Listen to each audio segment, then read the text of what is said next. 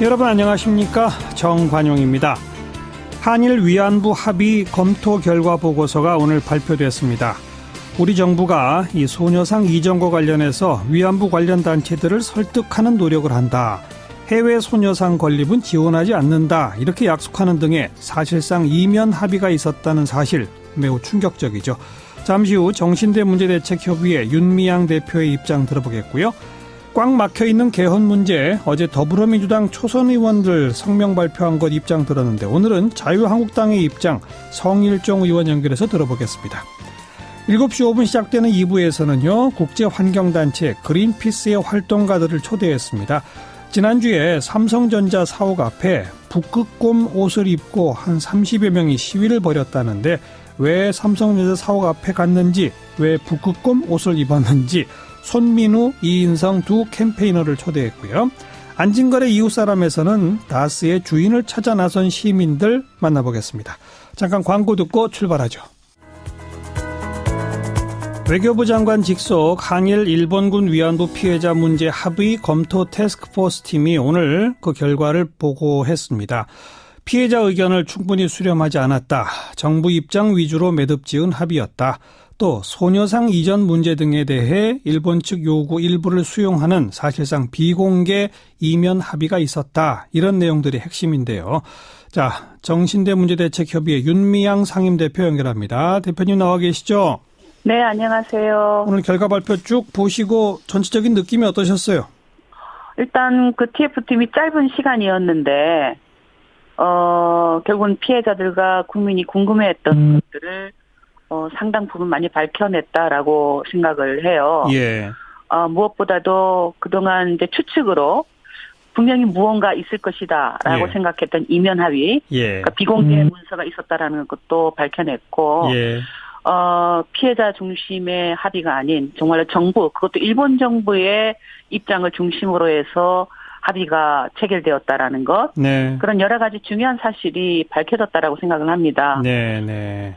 그 이면 합의 비공개 그 서류에 정대협도 딱 등장을 하더라고요. 그렇네요. 네. 정대협을 우리 정부가 설득한다. 소녀상 이전하도록 설득하는 노력을 한다. 이런 게 써 있는 거죠. 사실은 결과 발표에 정대협 내용이 비공개 이면 합의에 들어가 있는 것을 보고 왈칵 눈물이 좀 났어요. 지난 2년이 그냥 휘리릭 지나가면서 예. 그 지난 2년 동안 어쨌든 박근혜 정부에게 굉장히 우리가 곤혹을 치렀기 때문에 예. 네, 정대협에 대한 어떤 그런 인신 공격이라든가 또 정대협에서 일하는 저를 포함해서 활동가들에 대한 공격이라든가 예. 이런 것이 전면적으로 있었고 예. 무엇보다도 이 이면 합의에 보면 해외에 기린비 세우는 거 예. 이런 것도 한국 정부가 지원을 하지 않겠다는 약속을 일본에게 하잖아요. 예. 그러니까 이런 부분이 저희가 2년 동안 미국을 가고 또 호주를 가고 유럽을 가고 유엔을 갈 때 그런 게 여러 가지가 이렇게 잡혔거든요. 네. 그 해외에 있는 한인 단체들에게 외교부가 공문을 보내서 해외 소녀상이나 평화비를 세우는 일에 절대 관여하지 말라라고 했다라는 그런 제보가 온다든가 예. 또 해외에 있는 한인 조금 보수적인 단체에서 유인물을 기자들에게 배포를 했는데 거기에 정대협을 음해하는 그런 내용들이 있다라든가 네. 이런 것이 계속 저희들에게 제보가 들어왔는데 예. 이게 합의에 따라서 한국 정부가 그렇게 국민을 보호하는 것이 아니라 오히려 국민의 어떤 인권과 이건 생명을 위협하는 일이잖아요. 예. 그런 일에 정부가 앞장서서 해왔구나 하는 것이 2015 한일 합의로부터 출발했구나. 네. 이게 오늘 다 밝혀졌네요. 일본 측 요구를 받아서 소녀상 이전하도록 정대협 등을 설득하도록 노력한다라고 써 있는데 사실상은 설득이 아니라 압박을 한 거군요. 그런 거죠. 압박이었고 이것에 대해서 국민들도 그렇고 피해자들이 굉장히 항의를 심하게 하니까 박근혜 대통령도 약간 우리들에게 뭔가 핀잔을 주듯이 그게 안 들어갔다라는데 왜 그러냐라고 얘기를 했거든요. 예. 근데 이렇게 공개적으로도 들어가 있었지만 비공개적으로도 이렇게 들어가 있었다라는 게 예. 도대체 대한민국 정부가 이렇게 무능했나? 네. 도대체 왜 그랬나? 알겠습니다. 하는 의문을 가질 수밖에 없네요. 또 이번에 밝혀진 거 보면 외교부는 그냥 그 보조적 역할밖에 안 했고 네. 이병기 전 국정원장이 협상의 시작부터 끝까지 거의 책임을 졌다는 거 아닙니까? 그렇죠. 이건 어떻게 보세요? 외교부가 허수아비였고 그날 그 윤병세 장관이 허수아비로 발표만 했다라는 것이 참 믿겨지지가 않는데요. 예. 대통령 한 사람의 무슨 이게 우리가 전제 국가도 아니고 한 사람의 지시에 따라 명령에 따라 이 모든 행정 수반들이 이렇게 움직였나? 예. 그런 질문을 할 수밖에 없는 것 같아요. 예. 그게 이제 사실 오늘 그 발표를 보면서 그동안 지나갔던 것이 쭈르륵 저희들에게 이렇게 줄기가 엮여져서 이해가 되는 점들이 여러 가지가 있는데요. 예. 국장들이 중심이 되어서 한일 합의를 그러니까 헌법재판소 판결에 따라서 예.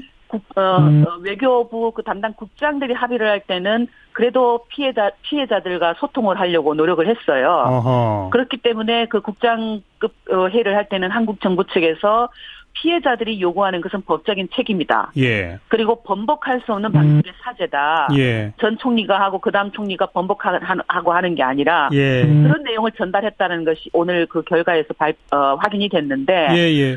그게 이제 박근혜 대통령 중심으로 해서 이병기 실장과 고위급이 되면서부터는 아하. 비공개로 진행을 했고 그렇죠. 그때부터는 피해자들도 민간단체도 배제했다라는 것이 드러난 거죠. 네. 그러니까 이게 정말 오늘 그 결과 발표를 보면서 그동안 우리가 의문으로 가졌던 점들이 이렇게 한일 합의에서 다 합의되었고 정부끼리 정말 그 우리 할머니들의 표현으로 쏙닥쏙닥 하면서 예. 자기들끼리 다 결정을 한 것이었구나 라는 것이 다 드러나고 있네요. 외교부는 그나마 노력을 했는데 박 대통령 네. 지시로 국정원장이 전면에 나서면서부터는 그냥 무조건 조속한 합의 여기에만 그렇죠. 매달렸다 그거로죠. 네, 그렇습니다. 오늘 이와 별도로 여성가족부도 또 결과 발표를 한 게 있습니다. 네. 위안부 할머니 관련된 기록유산 등재 노력에 대해서 예산을 중단하라.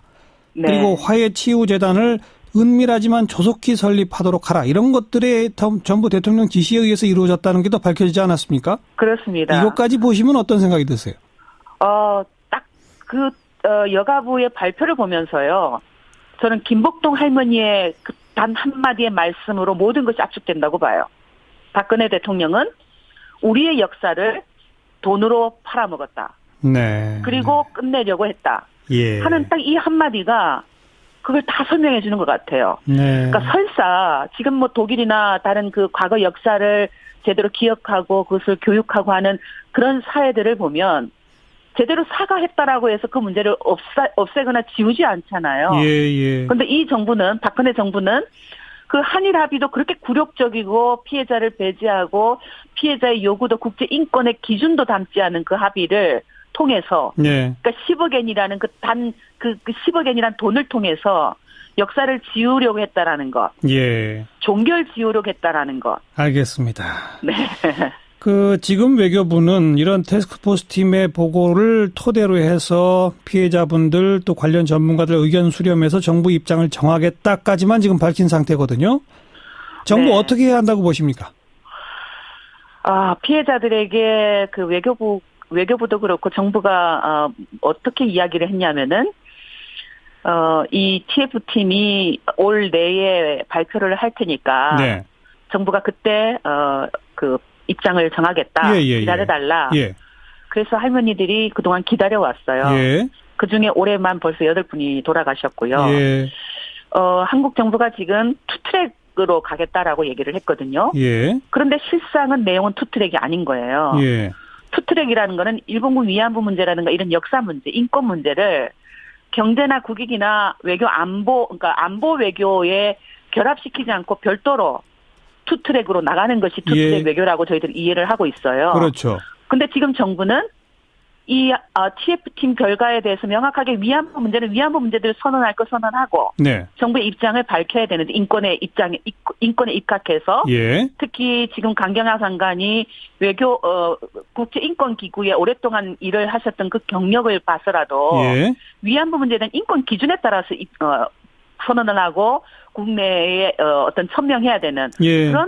그런 일을 해야 되는 거잖아요. 예, 예. 근데 올림픽이라든가 이런 국익 앞으로 일정 때문에 이것을 보류하고 지금 그 약간 주저하는 이런 모습은 예. 역시 일본이 이 모든 문제를 올인하고 있는 것에 거의 이렇게 뭐라 할까요? 그러니까 딸려가고 있는 게 아닌가 하는 그런 우려를 저희들이 갖게 되는 거죠. 네. 구분해야 된다고 생각합니다. 정말로. 알겠습니다. 위안부 문제와 다른 문제를. 올림픽이나 안보 문제 이런 걸로 그렇죠. 가고 오면 눈치 보지 마라.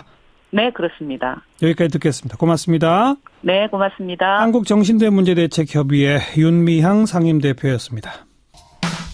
개헌 문제 어제 더불어민주당 초선 의원들의 목소리 들어봤죠. 어제 또 자유한국당의 초선 의원 또 개헌특위 소속 의원들도 어제 국회에서 기자회견을 열은 바 있어요. 이제 자유한국당의 입장 들어봅니다. 성일종 의원 안녕하세요. 예, 안녕하십니까. 성일종 의원입니다. 예, 올해 연말로 끝나는 개헌특위 이거 활동 시한을 연장하고 지방선거 때 개헌 문제 동시 투표하는 건 안 된다 이런 입장이신 거죠? 예, 그렇습니다. 지방선거 때 동시 투표는 왜 안 되는 겁니까? 개헌은 국가의 큰 중차대한 일이고 미래에 집을 짓는 일이거든요. 예. 지방선거에 충분한 논의나 여야의 협의 없이 선거에 악용될 여지도 많고요. 예. 또 이 국가의 가장 중요한 권력구조 문제가 지금 쟁점입니다. 예. 우리 대한민국의 모든 불행한 역사, 과거 87년 헌법 체제가 지금까지 오고 있는데 예. 6명의 대통령이 바뀌었어요. 다 감옥 가거나 불행하고 다 실패했어요. 예. 왜 실패했는가?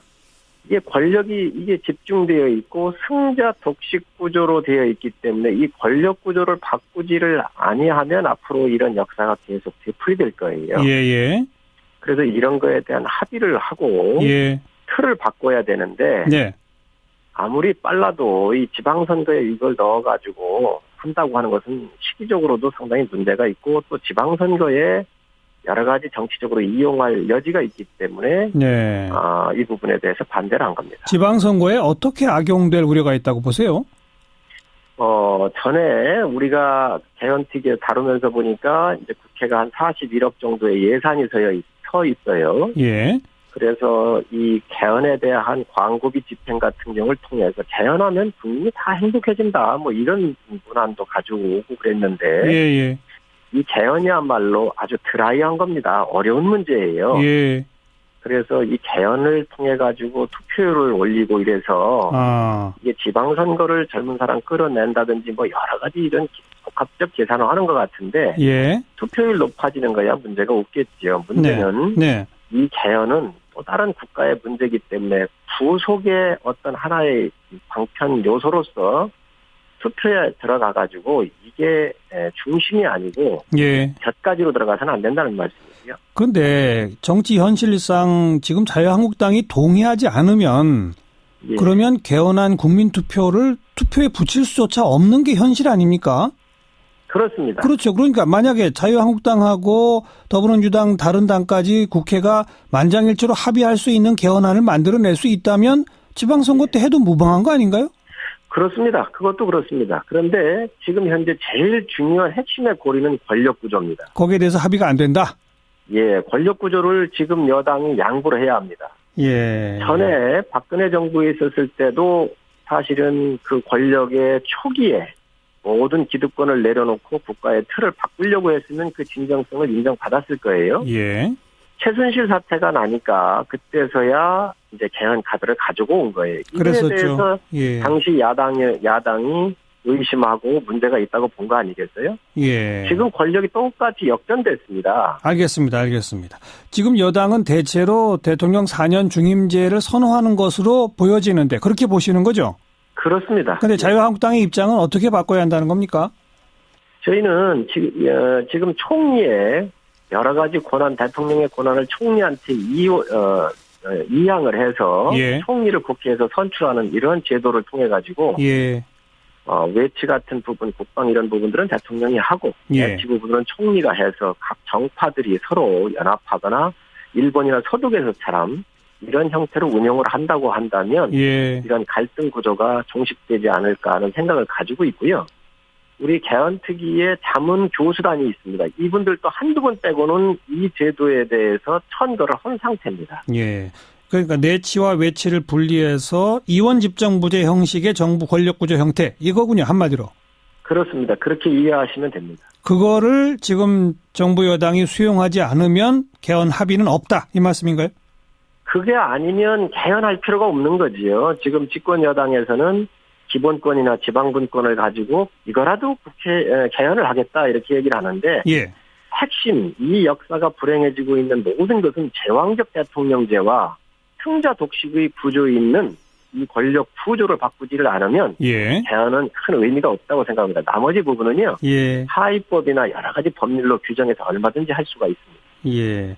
그런데 우리 국민의 또 다수는 국회에 대한 불신이 워낙 강해서 국회가 내치의 전권을 갖게 되는 형태의 이원집정부제식 권력구조를 싫어한다. 이런 또 여론이 강하지 않습니까?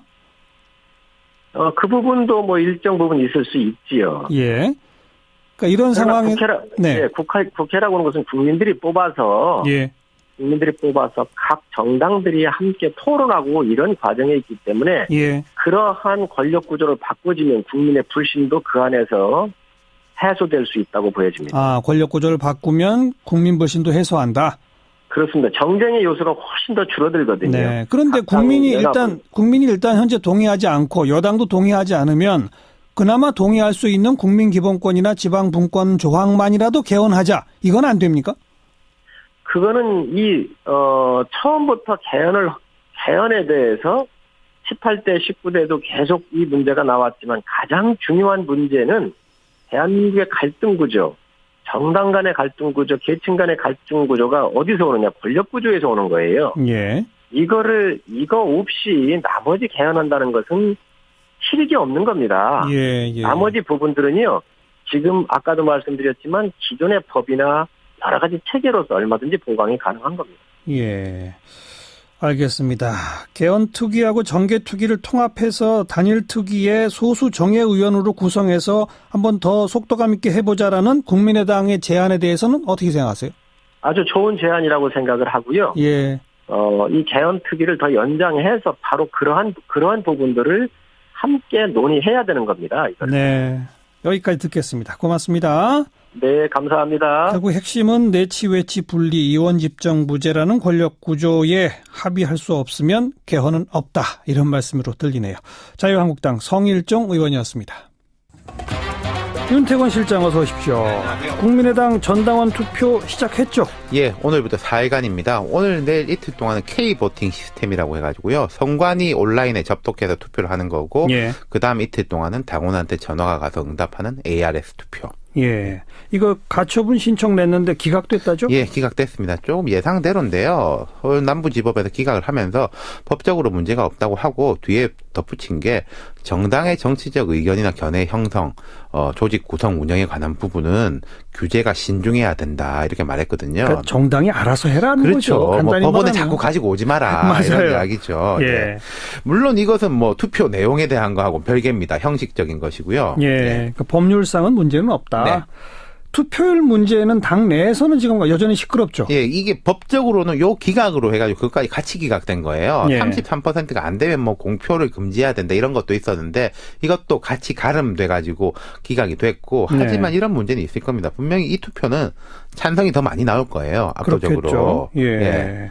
그런데 이제 그럼 또 이제 전당대회도 가야 되는데 찬성률도 그렇지만은 투표율이 그래도 중요한 문제인 게 그렇겠죠. 너무 낮으면 정치적으로 힘을 받기가 어렵죠. 그 기준이 바로 33%? 그 논쟁이었던 건데 그러니까. 우리나라 당원이 사실 뭐 이당 저당 할 거 없이 허수가 많아가지고 과반 투표는 애초에 어려운 것이고 33% 논쟁이 있는데 그거에 대해 가지고 이제 기각된 건데 기준을 잡아볼 수는 있겠죠. 예컨대 안철수 대표가 전당대회에서 당대표가 될 때 8월에 당원 투표율이 24.3%가 그랬어요. 아, 안철수 대표 대표될 때의 투표율은 24. 그 앞에 박지원 전 대표가 대표될 때는 20% 정도. 그래요. 그럼 그게 어떤 기준으로 삼아질 수가 있겠죠. 계속 30% 넘은 적이 없군요. 다른 당들도 사실은 뭐 이렇긴 합니다. 그러니까 통합 반대파는 계속 그 33% 얘기를 막 하는 거로군요. 네. 그런데 어쨌든 지난번 대표될 때의 투표율인 24% 정도까지는 가야 된다 이 말인 거죠. 그러니까 정치적으로 볼 때 그렇다는 거죠. 한 20% 수준이 되면은 꽤 힘을 받을 것이고, 그런데 매우 낮게 나오면은 반대 측의 목소리가 높아질 수밖에 없는 거죠. 그러니까 반대 측은 보이콧을 하고 있는 거고요. 지금 투표율 혹시 집계된 게 있나요? 오후 4시 기준으로 11.07%. 오, 굉장히 높은데요? 절대적인 숫자로 보면 꽤 높죠. 4일 동안 하는데 첫날 오후 4시까지 11.07? 이게 두 개를 보셔야 돼요. 안철수 대표가 대표될 때 같은 시각 투표율보다 높다고 합니다. 아하. 찬반이 격렬하니까 오히려 관심이 올라가는 게 있죠. 예. 하지만 총선이나 대선 때도 그렇지만은 적극적 지지자들은 문 열면 딱 가가지고 투표하지 않습니까? 하려고 맘먹은 사람들? 그렇죠. 아. 이 투표율 상승 곡선이라는 것은 시간이 지날수록 낮아질 수밖에 없는 거예요. 아, 그러네요. 그러니까 최종 투표율을 가름하기는 아직은 어렵다. 그런데 11%면은 생각보다 꽤 높다. 그러니까 한 10% 초반에 그칠 가능성은 낮은 거죠. 네. 그러니까 아무튼 결과는 지켜봐야 되겠고. 네. 그러니까 4일 동안 투표를 하고 그 다음 일정이 어떻게 된다고? 31일 오전에 발표를 합니다. 그 결과를? 그러면은 안 대표 측에서는 당연하게 전당대회를 빨리 소집하려고 하지 않겠어요? 그럼 반대 측은 다시 그쪽에서 저지선을 치는 거죠. 전당대회 자체를 보이콧하거나 무산시키는 식으로. 네. 그래서 지금 이야기 나오는 게 이제 반대파의 이상돈 의원이 전당대회 의장이기 때문에 뭐 아예 소집 자체가 안 될 거다 이런 이야기도 나오고 있지 않습니까? 예. 그냥 결론적으로 말씀드리자면은 전당원 투표는 1단계일 뿐이다. 전당대회라는 절차를 또 거쳐야 되기 때문에 예. 국민의당에 이게 좀 지켜봐야 될 것 같다. 조금 예. 더 그렇습니다. 사실상 분당 상태 아닙니까? 뭐 그렇다고 봐야 되겠죠. 어느 쪽이 네. 더 힘이 세냐 힘겨루기 하는 거 아닌가요? 네. 이게 당원의 힘 그리고 의원의 힘 이게 또 충돌하는 양상이 있는 거고요. 네. 네. 수고하셨습니다. 감사합니다. 윤태권 실장이었습니다. 시사잡기 1부 마치겠습니다. 잠깐 뉴스 들으시고 7시 5분에 다시 뵙죠. 지난 19일 서울 서초동 삼성전자 사옥 앞에요. 북극곰 30여 마리가 시위를 벌였습니다. 정확히 말하면 북극곰 복장을 한 그린피스 활동가들이 우리의 겨울을 지켜주세요. 이런 현수막을 들고 시위를 한 건데요. 왜 거길 갔을까요? 오늘 초대석에 이 유명한 국제환경단체 그린피스의 활동가들을 좀 초대했습니다. 손민우 캠페이너 또 이인성 캠페이너 두 분인데요. 어서 오십시오. 안녕하십니까. 네. 안녕하세요. 네. 두 분도 북극곰 복장 입고 가셨었어요? 네, 저도 북극곰 복장 입고 참여했었습니다. 그리고 저도 같이 현장에 있었습니다. 그래요. 왜 삼성전자 사옥 앞에 간 거예요? 북극곰이? 북극곰은 이제 기후변화를 얘기할 때 북극에서 가장 위협받는 동물로 그렇죠. 이제 사람들한테 많이 알려져 있잖아요. 예. 그 북극곰들이 직접 삼성전자 사옥 앞에 찾아간 이유는 삼성전자가 더 이상 기후변화를 야기하는 화석연료를 끊고 재생가능 에너지 100%로 나아가길 바라는 마음에서 우리 겨울을 지켜달라는 메시지를 전한 것입니다. 네. 삼성전자가 쓰는 전기 양이 어마어마하죠? 그럼요. 어느 정도나 씁니까? 거의 16,000기가와트 아워 정도를 쓰고 있는데 이거는 거의 작은 국가인 도미니카 공화국? 도미니카 공화국. 네. 이 매년 쓰는 양과 흡사해요. 도미니카 공화국 한 나라 전체가 1년 동안 쓰는 전기량보다 삼성전자가 더 많이 써요? 네, 그렇습니다. 오. 그래서 저희는 이 엄청난 양을 이제 사용을 하는데 삼성전자가 실제로 재생가능 에너지로 사용하는 부분은 1% 정도밖에 안 되거든요. 예. 그래서 이 1%가 아니라 앞으로 전 세계 많은 기업들이 나아가는 것처럼 100% 재생가능 에너지 목표를 달성할 수 있게 그 비전을 제시해달라고, 그래서 기후변화 대응에 앞장서달라고 하는 캠페인을 하고 있습니다. IT 업종이 전기를 유독 많이 쓰는 데인가요? 업종 자체가? IT가 워낙에 요즘은 사실 IT 기술이 들어가 있지 않은 게 없잖아요. 예. 모든 정말 요즘 뭐 사물 인터넷이나 다방면으로 뭐 미래의 산업 먹거리라고 하는 모든 부분이 되게 IT가 집약적으로 포함되어 있는 기술인데 네. 그만큼 IT 산업 자체도 그 비중이 확대되는 만큼 계속해서 전력 사용량이 증가하고 있어요. 네. IT 산업이 거의 약 12%를 차지할 정도로, 그리고 국가별로 차례를 세운다고 하면 중국과 미국에 이어서 3위를 차지할 정도로 IT 산업이 사용하는 전력량의 비중은 굉장히 높습니다. 우리나라가. 그 한국뿐만 아니라 전 세계 IT 산업을 하나의 국가로 봤을 때요.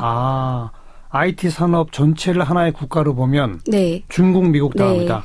예. 그런데 다른 외국에 있는 IT 기업들 가운데 재생 가능 에너지를 많이 사용하는 그런 기업도 있어요? 네, 그 대표적인 예로는 애플을 들 수 있는데 애플 같은 경우에는 그린피스가 처음에 이제 IT 기업들한테 재생 가능 에너지로 나아가라라고 캠페인을 시작한 건 2010년이었어요. 예.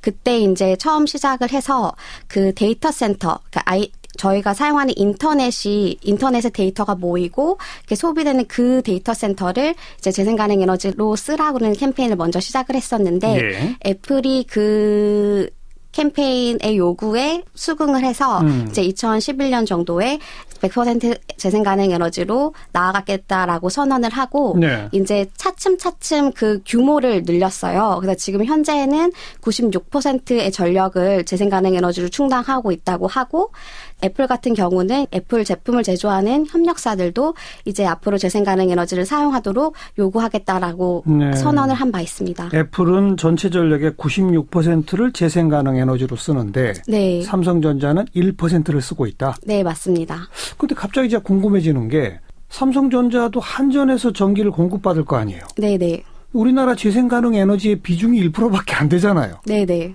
삼성전자도 재생 가능 에너지 쓰고 싶어도 방법이 없는 거 아닌가요? 그렇게 볼 수도 있죠. 예, 예. 근데 삼성은 애플은 어떻게 하는 거예요, 그러면? 그러니까 삼성은 글로벌 기업이잖아요. 예. 물론 이제 지정학적 위치에 따라서 그리고 국가나 정부의 정책에 따라서 얼마만큼 기업이 재생 가능 에너지를 조달받을 수 있는 정책은 제한이 되어 있을 수 있어요. 한국의 경우가 바로 그 경우인데 그렇죠. 그런 국가들에서 이 기업들이 재생 가능 에너지를 쓰게끔 해달라고 직접적으로 정부에 그 제도를 만들어달라고 요구하고 있기도 해요. 그래서 작년에 소니사 같은 경우에는 이제 일본도 한국과 흡사한 구조인데 그 일본에서 재생 가능 에너지를 우리가 쓸 수 있게 해달라고 일본 정부에 직접적으로 서한을 보내기도 했었어요. 예. 그러니까 그런 식으로 기업의 요구가 있어야지 그렇게 정부도 요구하면 정부가 뭘 해줄 수 있나요? 함께 변할 수 있는 시그널이 되는 거죠.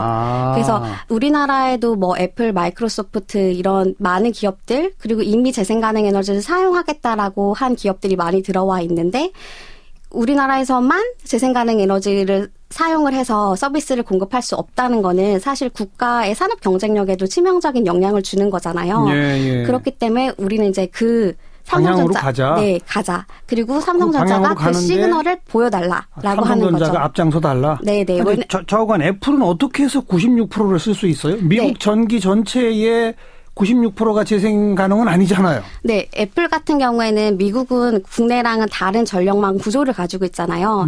그러니까 주마다 그 한국처럼 독점적인 전력 회사가 있는 주들도 있지만 그렇지 않은 주들도 있고 그런 경우에는 이제 태양광이나 풍력으로 자체 발전을 하는 전력 회사와 직접 구매 계약을 체결을 해가지고 그 전력을 구매를 받거나 그렇지 않은 주에는 그 전력 회사에 요구하기도 해요. 우리는 재생 가능 에너지로 전력을 사용하고 싶고 그 서비스를 너희 전력 회사가 제공해달라고 했을 때 많은 전력 회사들이 변화하기도 했어요. 그런 식으로 해서 여러 가지 방법이 있어요. 재생 가능 에너지를 쓸 수 있는. 그거는 나라마다 다르고 그 나라 가진 기술마다 다르고 또 기업이 어떤 식의 전략을 짜냐에 따라서도 굉장히 다르거든요. 그래서 그 방법에 있어서는 굉장히 다양한 만큼 그리고 삼성전자가 글로벌 네트워크를 가지고 글로벌적으로 다 생산 라인을 가지고 있잖아요. 그렇죠. 시작할 수 있는 것부터 하라라고 저희는 이제 말을 하고 있는 거예요. 네.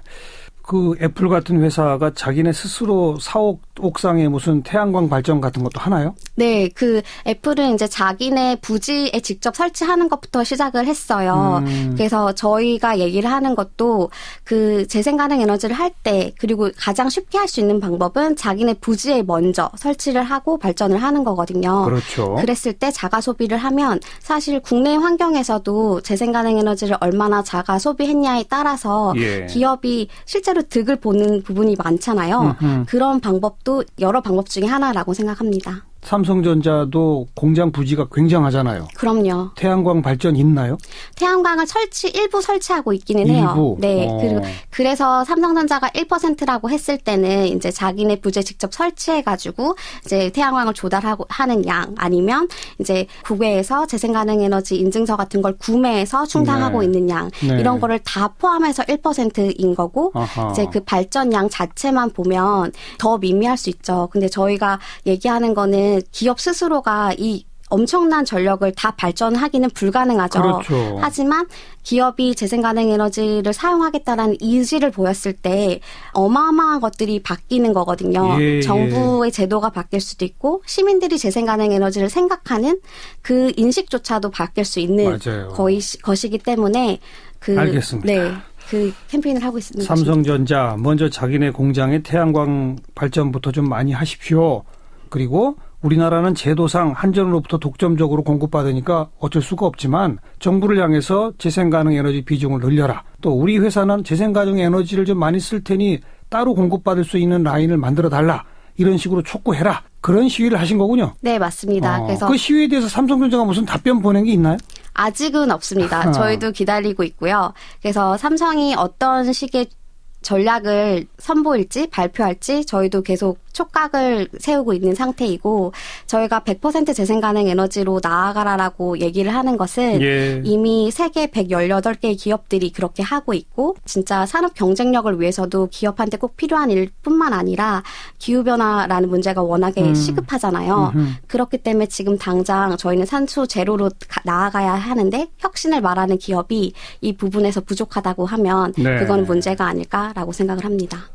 말씀 들으니까 굉장히 멋있어 보이는 게 사실 기후변화 그리고 화석연료, 지구온난화 이런 것의 주범은 주로 기업 이렇게 인식되고 있잖아요. 그런데 최첨단을 달리는 기업이 우리는 앞장서서 재생가능에너지로 해서 지구온난화 문제 해결에 앞장서겠습니다. 애플이 그런다는 거 아니에요? 네, 맞습니다. 왠지 더 멋있어 보여요, 애플이 그러니까. 삼성전자도 그렇게 멋있어졌으면 정말 좋겠는데요. 네, 저희도 그렇게 바라고 있습니다. 실제로 뭐 애플뿐만 아니라 세계 뭐 100여 개가 넘는 기업들이 다 100% 재생가능 에너지 선언을 하고 아리100이라는 그런 연대를 만들어서 예. 이제 재생가능 에너지 전환을 촉구하는 그런 활동을 벌이고 있기도 그 합니다. 100여 개 기업들이 대부분 IT 기업들입니까? 아니면 제조업체들도 있습니까? 제조업체들도 있어요. 포함돼 있어요? 저희 뭐 BMW나 타타모터스나 이런 그런 자동차 제조 회사들부터 시멘트를 제조하는 회사들, 시멘트 제조까지. 네, 그 굉장히 에너지 집약적인 회사들도 여기에 참여를 하고 있어요. 네. 근데 굉장히 많이 IT 기업들이 이 재생가능 에너지를 전환에 굉장히 많이 앞장섰었어요. 이걸 처음 시작할 때. 그렇기 때문에 저희 IT 기업이 워낙에 인류를 뭐 이롭게 하고 혁신을 얘기하고 미래지향적인 기술을 선보인다고 하는데 그런 기업들이 계속해서 더러운 화석연료에 이제 집착하는 거를 하지 말아달라라고 얘기를 하는 거죠. 네. 오늘 두 분 모셨는데 지금 이인성 캠페이너만 계속 얘기하시는데 이인성 캠페이너가 특히 이 IT 분야 전담 캠페이너일까요? 네, 저는 지금 그 말씀하셨던 삼성전자의 재생가능 에너지 사용을 요구하는 캠페인을 하고 있고 예. 네. 네, 손민호 캠페이너는? 네, 저는 석탄 화력 발전소 관련해서 미세먼지 건강 피해나 아니면 기후 변화 문제 관련해서 활동하고 있습니다. 석탄 화력 같은 건 이제 줄이자. 네, 그런 맞습니다. 쪽이군요. 네. 왜냐하면 석탄 화력 발전소가 국내에 초미세먼지 생성의 가장 주된 원인 중에 하나거든요. 그렇죠. 국내 초미세먼지 생성의 약 15%, 세 번째로 많은 양을 차지하고 있습니다. 네. 그런데 놀랍게도 한국은 재생가능 에너지 사용률이 1%임과 동시에 석탄 화력 발전소의 비중이 전체 전력 생산의 한 40% 정도로 맞아요. 가장 많습니다. 맞아요. 그래서 이제 석탄 화력 발전소를 줄이고 재생가능 에너지로 전환하자. 그게 기후 변화 대응에도 좋고 그리고 국민들의 건강에도 좋고 이런 식으로 저희가 캠페인하고 있습니다. 네. 석탄 화력을 LNG 천연가스로 대체하면 그나마 좀 나아집니까? LNG가 분명히 석탄 화력 발전소보다는 오염 물질이나 온실가스를 덜 배출하긴 합니다.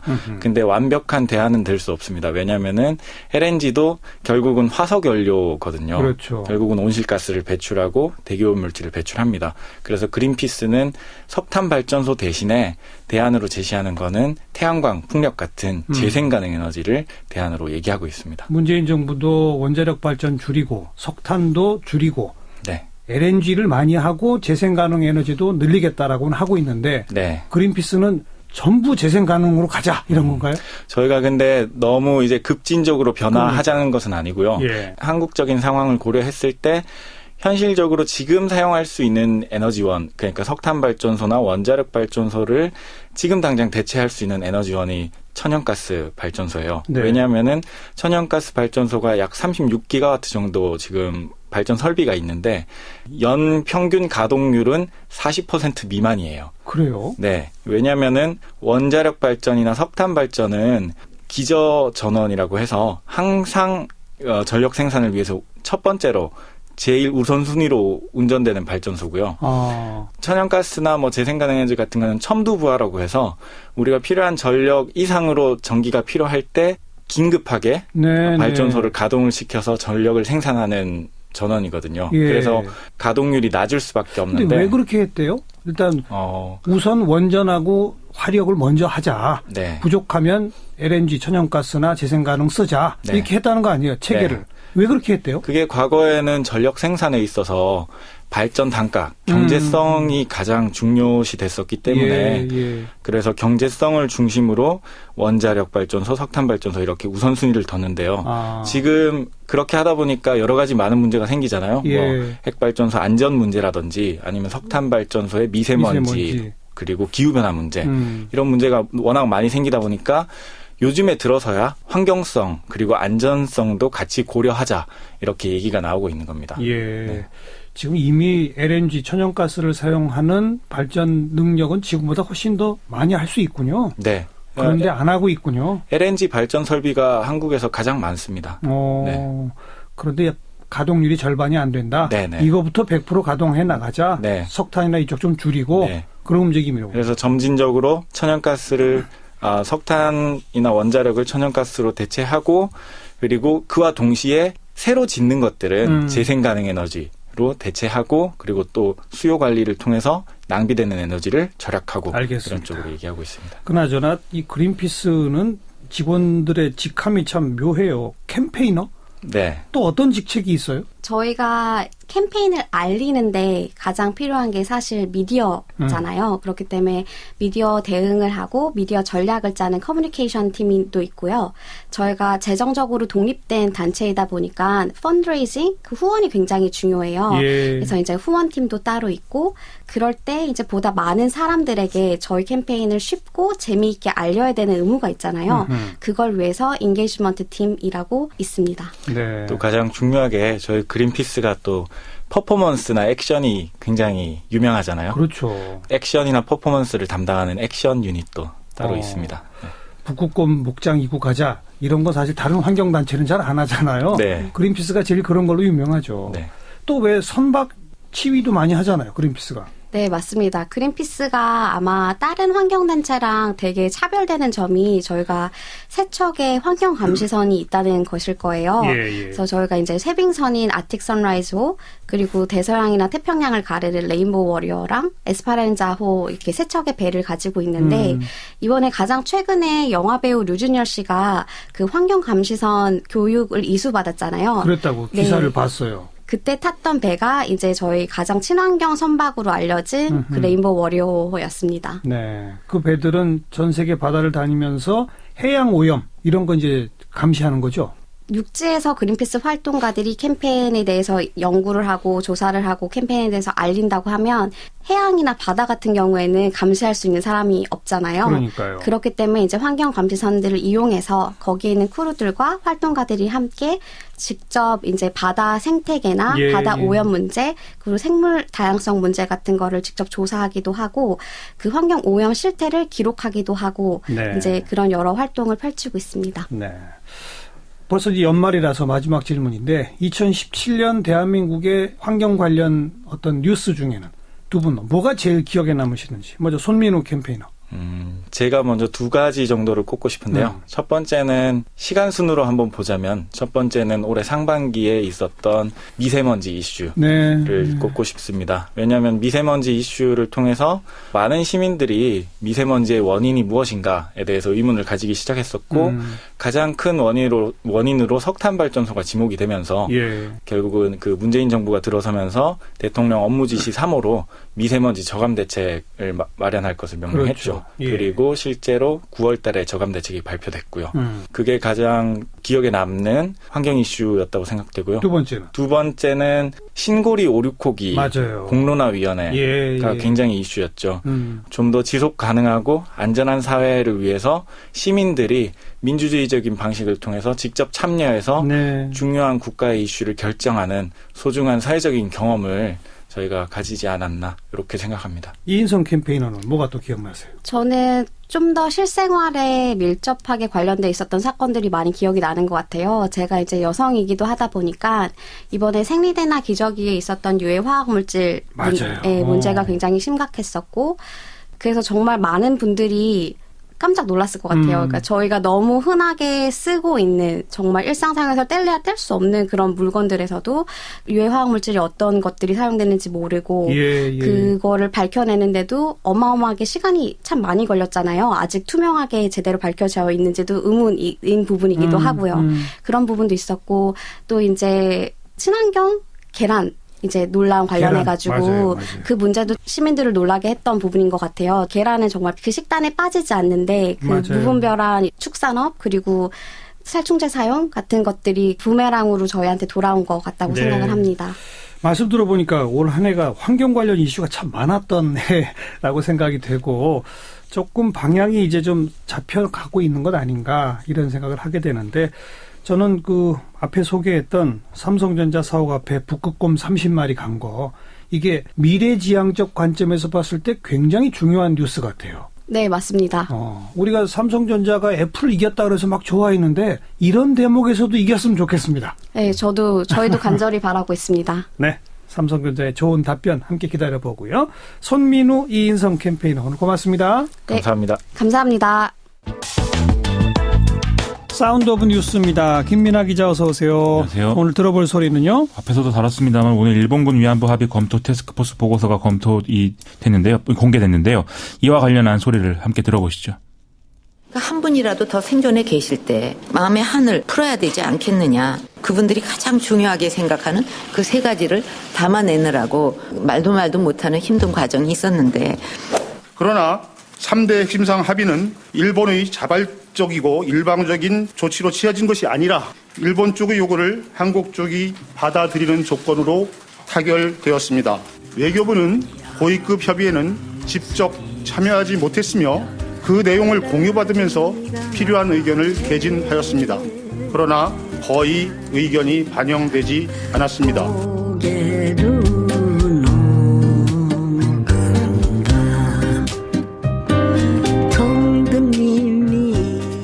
네, 앞에는 이제 박근혜 전 대통령 목소리, 그다음 오늘 진상조사 태스크포스의 오태규 위원장의 목소리였죠. 그렇습니다. 그 후에 일본이 지금 공식 입장을 밝히고 나섰죠?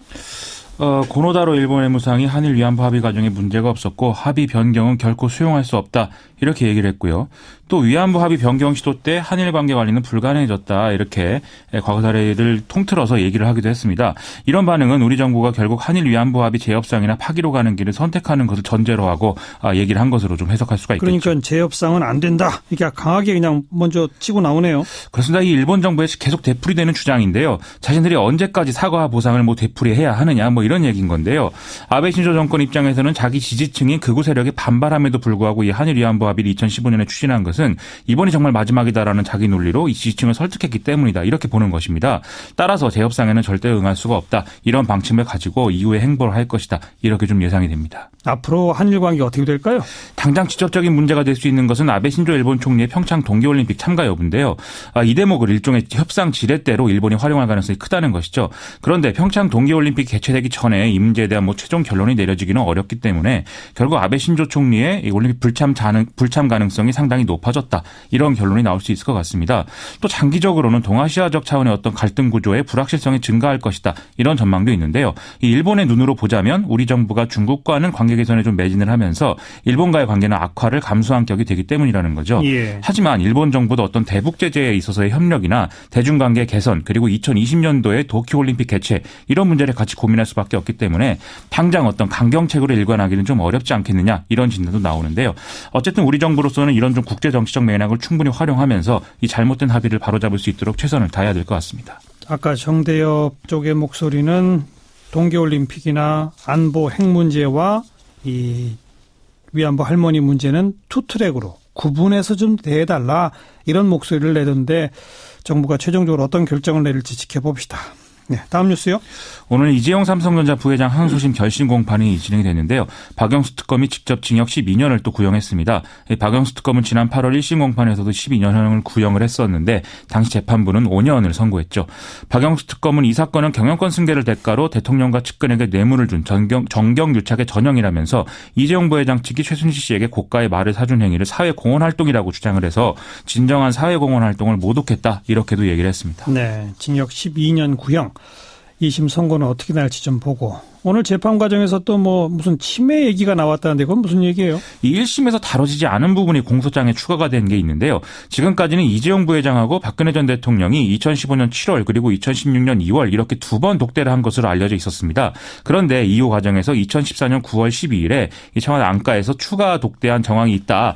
이런 사실이 밝혀졌다는 거죠. 예. 이런 정황은 안봉근 전 비서관의 진술 그리고 안종범 전 경제수석의 증언과 업무 수첩을 통해서 입증이 됐다라는 게 특검의 이 기존의 주장입니다. 예. 1심에서는 이재용 부회장이 박근혜 전 대통령에게 경영권 승계를 용이하게 해달라고 하기 위한 어떤 명시적 청탁은 확인된 바가 없다라고 지금 판단을 했었기 때문에 이 2014년 9월 달에 독대를 했느냐 이 대목이 이제 중요해지는 것입니다. 예. 이재용 부회장은 당시에 독대를 한 일이 없고 그걸 기억을 못한다는 것은 내가 침해라는 이야기다라면서 강하게 부인하는 그런 태도를 보였다는 것이죠. 그래요.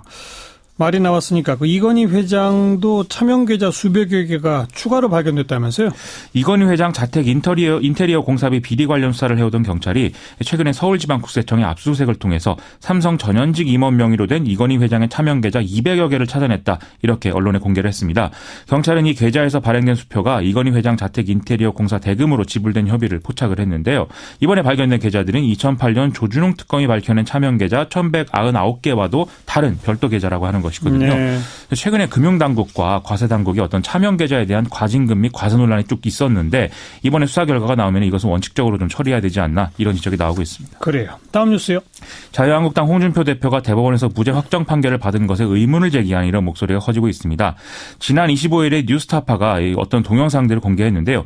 여기 보면 2010년 8월에 당시 홍준표 의원 사무실에 척당 불기 이렇게 써있는 액자가 걸려있는 광경을 확인을 할 수가 있다는 것이죠. 예. 이게 이제 MBC 뉴스를 통해서 당시에 보도가 된 화면이었는데 홍준표 대표 무죄 선고의 근거 중 하나가 중간에 자금을 전달한 사람인 윤승모 전 경남기업 부사장의 진술이 정확하지 않다. 이거 아니겠습니까? 예. 이 윤승모 전 부사장은 돈을 건넬 당시에 의원실에서 척당 불기라고 쓰인 액자를 봤다. 이렇게 증언을 했다는 것이고 홍준표 대표는 그 액자는 의원실이 아니라 한나라당 대표실에 걸려 있었던 것이므로 이 정확한 진술이 아니다라고 이제 반론을 했다는 것인데 예. 이 윤승모 전 부사장 말이 맞다는 사실이 이 동영상으로 확인이 됐다. 이런 얘기인 것이죠. 여기에 대해서 홍 대표는 입장 밝힌 게 있나요?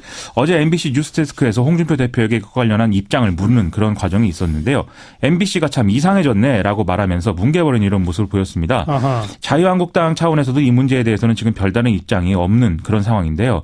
더불어민주당은 이 영상이 대법원 판결 전에 공개됐다면 결과가 바뀌었을 수도 있다면서 지금 무죄 선고를 받았을지는 모르지만 정치적 사회적 책임은 분명히 져야 된다라고 강조를 하고 있습니다. 특히 이재명 성남시장의 경우에는 페이스북을 통해서 대표직을 사퇴하고 정계 은퇴를 해야 해야 된다라고까지 주장을 하고 있습니다. 홍준표 사당화 논란 이런 것도 또 계속 커지고 있죠. 그렇습니다. 그래서 이게 진퇴양난이다 이렇게 좀 얘기할 수 있는 부분인데요. 제명이 확정된 유여해 전 최고위원이 홍준표 대표의 막말을 폭로를 하겠다. 그리고 심지어 이걸로 책까지 쓰겠다. 이렇게 얘기를 하고 있는 상황이고요. 또 바른정당에서 복당한 의원들 전원이 지금 당협위원장 지위를 회복을 하면서 여기서 밀려난 신세가 된 이 사람들이 당내에 어떤 반발을 일으키는 그런 상황이 되고 있습니다. 예. 최명희 강릉시장이나 대전의 이재선 전 의원들은 뭐 탈당을 선언하기도 했고요. 이와 비교해서 지방선거를 대비한 외부인사 영입 이건 좀 지지부진해지고 있는데요.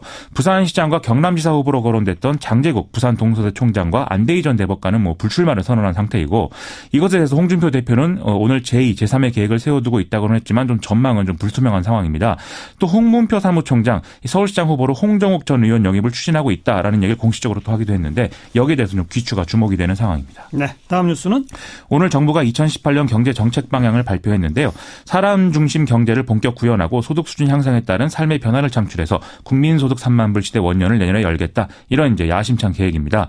무엇보다 일자리 문제에 지금 초점이 맞춰져 있는 상황인데요. 예산과 재정을 조기 집행해서 공공기관 신규 채용 규모로 올해 2만 2천 명 규모에서 내년에는 2만 3천 명 이상으로 늘리기로 한다. 이런 내용이 포함되어 있고 공공사회서비스 일자리도 올해에 비해서 2만 5천 명가량을 확대하는 방안이 포함이 되어 있습니다.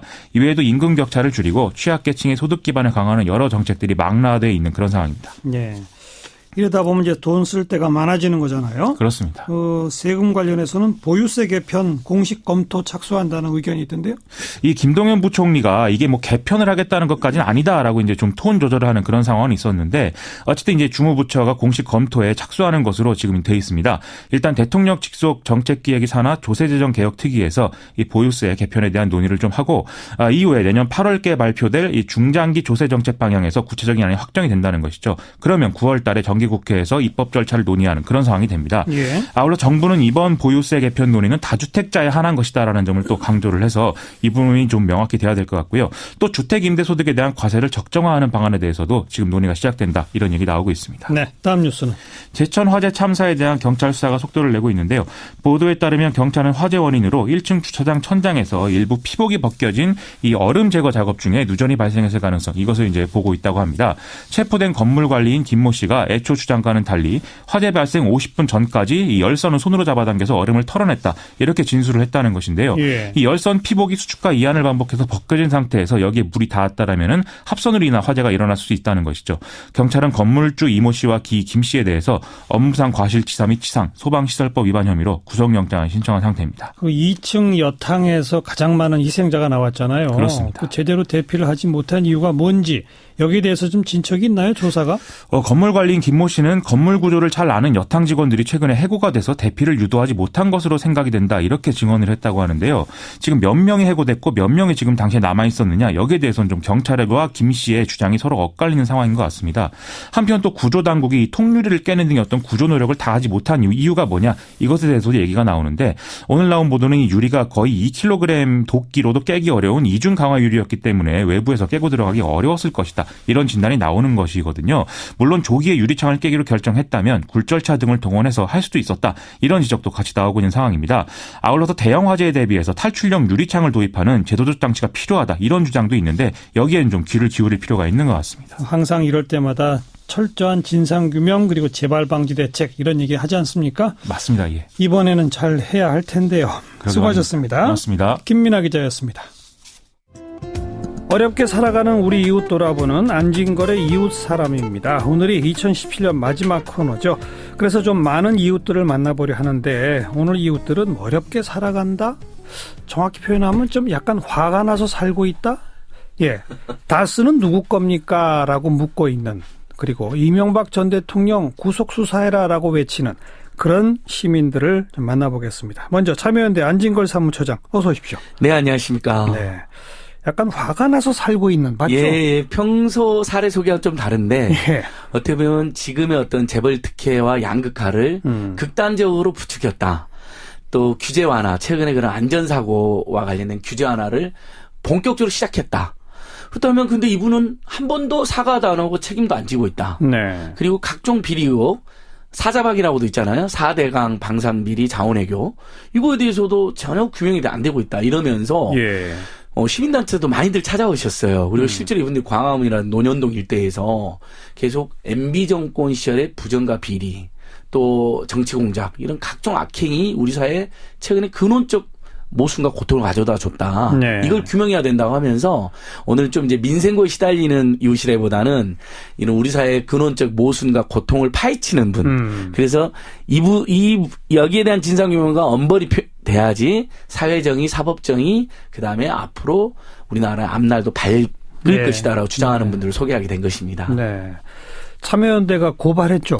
예, 맞습니다. 12월 그 고발한 건에 대해서 특별수사팀이 구성이 돼서 시작했죠, 수사를. 예, 맞습니다. 12월 7일 민변과 참여연대가 고발을 하게 됐고요. 뭘 고발한 겁니까? 그러니까 저희 참여연대에는 경제금융센터라고 해서 재벌 대기업이라든지 금융권력들의 행포나 불법 행위만 전문으로 감시하는 예전에 그 소액주주 운동도 했던 그 예, 경제민주화위원회 후예들입니다. 예. 이 경제금융센터에서 다스를 가만히 보니까 80억이나 되는 엄청난 돈이 비자금으로 조성되고 횡령이 됐던 겁니다. 2003년 2월경에, 2003년경에. 굉장히 오래전 일이에요. 예, 오래전 일이죠. 예. 근데 이게 당시 정호영 특별검사팀이 확인했다는 거예요. 근데 2008년 2월이나 3월께 특별검사가 끝나던 쯤이잖아요. 다 환수해라, 다스로. 그리고 검찰에 통보도 안 하고 발표도 안 하고 수사도 안 하고 기소도 안 하고 마무리해버렸다는 겁니다. 아니요. 특검이 이 부분을 수사해서 예. 그 비자금까지 파악을 했는데 80억이 2003년께 이 모 씨 계좌로 빠져나간 거, 이 모 씨가 관리한 것까지 확인이 된 거죠. 확인을 했는데 예. 어떻게 하라고 조치를 뭘 했다고요? 그러면 이게 예를 들면 횡령범이 있었으면 예, 예. 누가 횡령을 했으며 그다음에 얼마나 횡령을 했고 얼마 기간 횡령했는지를 발표를 하거나 수사 결과에 예, 예. 아니면 기소를 해야 되는데 예. 발표도 기소도 안 하고 심지어는 검찰에 다른 검찰에 통보도 안 하고 안 넘어간 하고. 겁니다.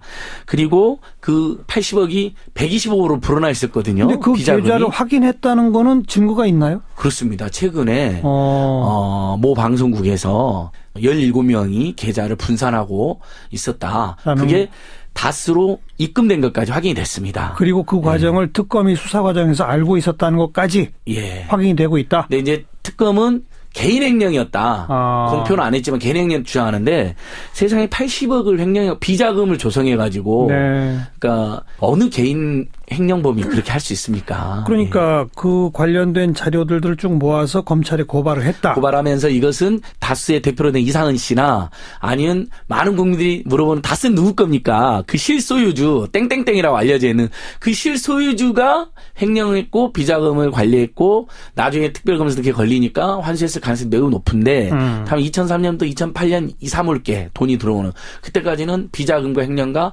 그리고 탈세 상태로 범죄 수익을 또 은닉한 상태로 있었다. 예, 이렇게 제가 고발하게 된 것입니다. 공소시효가 근데 얼마 안 남았다면서요? 그러니까 일부에서는 자꾸 그러는데 2008년 2월 3월에 이렇게 다스로 환수가 됐거든요. 예. 그러면 그때로부터 업무상 횡령 금액이 10억이 넘으니까 특경가법상 공소시효 10년입니다. 예. 그러니까 내년 2월 3월까지 남아 있는 겁니다. 거기에다가 내년 결정적으로 2월 3월까지라는 게 얼마 안 남은 예, 거잖아요. 그러니까 얼마 안 남았는데 지났다 하는 사람들도 있으니 제가 반박을 하는 거고요. 결정적으로 그러나 또 이 땡땡땡으로 되는 실소유주로 의혹이 있는 이명박 전 대통령의 경우는 대통령 재임 기간 5년 동안 공소시효가 중단이 됩니다. 네, 네. 그러니까 그 직권남용으로 고발된 부분도 환수했잖아요. 다스가 140억을. 그런데 직권을 남용해서 환수한 거로 의혹이 있지 않습니까? 예. 그것도 공소시효 2020년으로 지금 확인되고 있거든요. 네. 그러니까 대통령 재직 기간이 또 공소시효 중단되기 때문에 공소시효는 충분하다. 검찰이 네. 이제 국민을 믿고 철저히 수사만 해라. 이런 여론이 있는 것이죠. 제가 그 고발장을 보니까 고발인 해서 안진걸 외 몇 명 이렇게 써 있던데 예.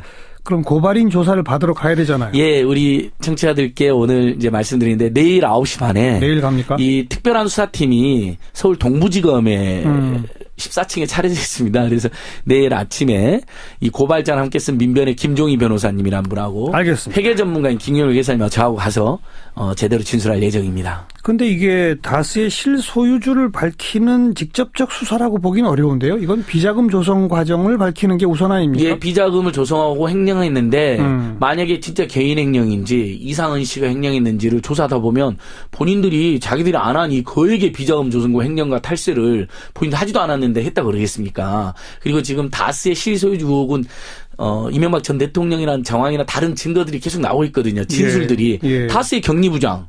다스의 운전기사 이분들이 100% 이명박 전 대통령 것이라고 막 대놓고 지금 이야기하고 계세요. 다만 저희도 확증은 안 됐기 때문에 땡땡땡 성명불상의 예. 실소유주로 이렇게 고발했고 이제 검찰이 그 땡땡땡에 답을 해달라. 네. 온 국민이 묻고 있지 않느냐. 이렇게 그리고 한 것입니다. 이와 별도로 BBK 사건으로 피해를 본 사람들이 BBK 돈이 다스는 회수를 했지 않느냐. 예, 맞습니다. 그거 우리 돈이다라고 하면서 검찰에 또 고발한 거. 이건 서울중앙지검에서 수사하고 있으니까. 예, 중앙지검이 별도로 직권남용 혐의로. 그러니까 그건 다스가 190억을 BBK에 투자했는데요. 소액주주자들은 수천 명이 피해를 봤거든요. 근데 다스는 전액을 환수한 겁니다. 그 과정에 대통령이 직권남용했다는 의혹이 있는 것이죠. 네. 네, MB 대통령이. 예. 그 수사도 같이 좀 지켜봐야 될 것 같고. 서울중앙지검, 서울동부지검. 이와 별도로 또 일반 시민들께서 쥐를 잡자 특공대 뭐 이런 단체를 만드셔가지고요. 아까 안진걸 처장이 소개했습니다마는 우리 사회의 여러 가지 구조적 모순들을 만들어낸 주된 책임자라고 할 수 있는 이명박 전 대통령 구속 수사하라 이렇게 촉구하는 활동을 하고 있네요. 거기에 심주환 대표를 잠깐 전화로 연결합니다. 안녕하세요. 예, 안녕하세요. 심 대표님은 원래 뭐 하시는 분이세요? 원래 조그맣게 이제 교육 사업을 하고 있습니다. 근데 쥐를 잡자 특공대라는 걸 직접 만드셨어요? 예. 언제 만드셨어요? 제가 이제 올해 9월 달에 이제 기획을 해서요. 예. 준비를 하고. 예. 그다음에 10월 10일부터 이제 본격적인 활동에 들어갔습니다. 얼마 안 됐군요. 예. 뭘 하는 단체예요? 그냥 한마디로 이명박에 대한 이제 그 수사 및 구속을 이제 촉구하는 단체라고 보시면 됩니다. 주로 어떤 활동을 하세요? 지금 저희는 10월 10일서부터 이명박 집 앞 학동에서 1인 릴레이 시위를 했고요. 예. 그리고 10월 25일서부터는 그 근처에서 학동역 6번 출구에서 농성장을 차려놓고 예. 지금까지 이제 단식 농성을 진행을 하고 있고요. 단식을 하고 계세요? 예. 근데 이 단식이 한 10일 동안은 이제 한 분이 이제 단식을 하셨고요. 예. 그리고 그다음부터는 좀 저희가 즐겁게 릴레이로 하루씩 이렇게 단식을 합니다. 릴레이 단식 농성. 예. 예. 그리고요. 또 어떤 활동하세요? 그리고 매주 토요일마다 예. 이제 명박산성 허물기 촛불 행진이라고 그래서 매주 토요일마다 저희가 이제 집회를 열고 있습니다. 네. 보통 몇 분 정도 참여하세요? 그 집회에? 이 집회는 이제 적게는 100명에서부터 많게는 이제 300여 명까지 참가를 하시고요. 예. 그리고 뭐 저희가 이명박이 발해인으로 출입국할 때 그때도 저희가 가서 이제 이명박을 구속하라를 외쳤었고요. 공항에 가셔서? 예. 얼마 전에 이명박 이제 생일 파티가 그 강남 모식당에서 있었는데 그때도 이제 저희가 가고 이제 이명박을 구속하라고 계속 외쳤습니다. 어떤 분들이 함께 하세요? 이 특공대에는 대원들이 어떤 분들이세요? 대부분이 그냥 저희 예전부터 알고 지냈던 이제 지인들을 중심으로 이제 시작을 했고요. 대부분이 이제 뭐 직장인이고 그다음에 자영업자 중심으로 이루어져 있습니다. 네. 혹시 심주환 대표도 BBK에 투자했다 돈 날리신 적 있으세요? 저는 그러진 않았습니다. 혹시 이명박 전 대통령은 무슨 개인적 원한이 있으세요? 개인적 원한은 아니고 사회적 원한이 좀 있죠.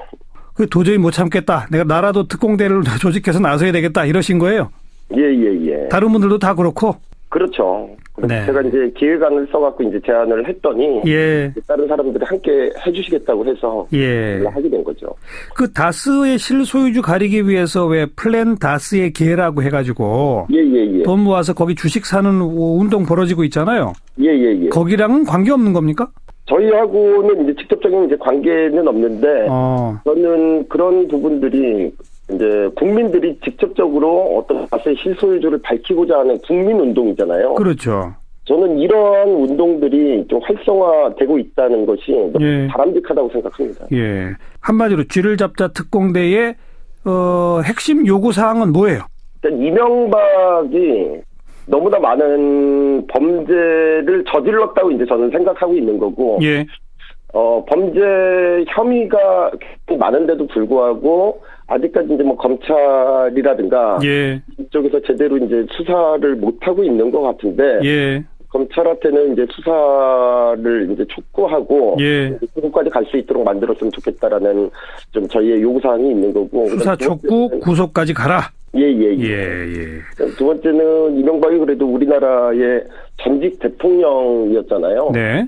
전직 대통령으로서 좀 국민들한테 잘못한 게 있으면은 좀 정말 무릎 꿇고 이제 사죄를 하고 처벌을 좀 받았으면 좋겠다. 그래야지 정말 우리나라의 어떤 정의가 살아나지 않을까라는 생각. 앞으로 활동 계획은요? 앞으로 활동 계획은 저희는 이제 매일 이제 점심시간에 계속해서 이명박 집 앞에서 1인 릴레이 시위를 지속을 할 거고요. 매주 토요일마다 이명박 집 앞 학동역 6번 출구에서 집회하고 명박산성 허물기 촛불 집회를 계속적으로 열어나갈 생각입니다. 끝까지? 이명박 구속되는 그날까지 계속해서 해나갈 생각입니다. 네, 여기까지 들을게요. 고맙습니다. 예, 감사합니다. 뒤를 잡자 특공대 심주환 대표였습니다. 참 열혈 시민이라고 불러야 될 것 같은데요. 예, 또 정치자께서 이제 보통 이제 이런 시민사회단체하고는 또 다른 그러니까요. 자발적이고 명랑한 시민들의 흐름이 우리 사회에 엄청 늘어나고 있습니다. 제가 좀 아까 소개한 플랜 다스의 개에도 굉장히 많은 분들이 동참하고 있잖아요. 3주 만에 150억 이상을 모금했는데요.